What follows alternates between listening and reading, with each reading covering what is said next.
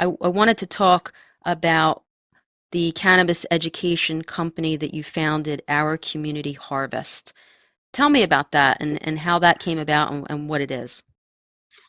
Sure. So one little bit of background information about me is I am a cooking enthusiast, Nice. and Okay. so when I it is a great hobby to have. So when I started our community harvest, I originally envisioned it as a place people could learn how to cook with cannabis, Hmm. and I did that in part because I thought, oh, it's such a good sustainable way of using cannabis. It can also definitely help medical patients. Also, people wouldn't have to smoke, and there may be some dangers there.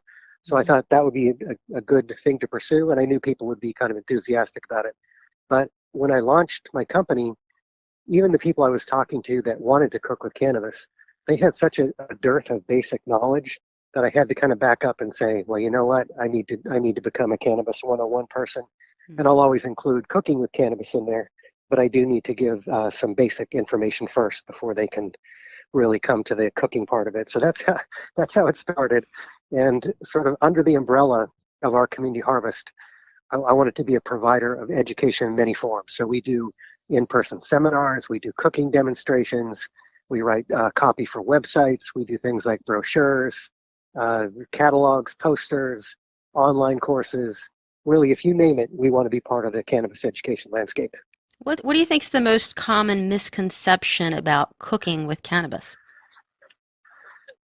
if there is any? Probably the dosing is Hmm. the most challenging. I would say the perception is some people think that you can just put the flour directly into whatever you're cooking. So you do, if you look Hmm. at some of the 70s and 80s Yeah, the stereotypical pot sitcoms we brownies. used to watch, Hmm. yeah, Hmm. yeah, that people would just take the flour and put it in with a brownie mix, and they would show Hope for the people best. having exaggerated effects. But at the meantime, if you don't decarboxylate it, which is a fancy word for slow roasting, that's the heat is what activates the THC and or the CBD, which are the main parts of the cannabis plant. Then you won't get you won't get very much potency, and your recipe will just be a failure. So you have to take the step of decarboxylating or slow roasting your flour first, and then you have to infuse it in something that has fat in it. So things like butter, olive oil, vegetable oil, coconut oil, maple syrup, Hmm. all those things work very well for infusions, and it does take a while. And at the end of it, if you know what kind of product you started with, what the potency was, you can actually use a calculator that's on my website and figure out what the dosing is. And that, I would say, having proper dosing of edibles is one of the most important things, because people will make two mistakes when they have edibles and they're not knowledgeable.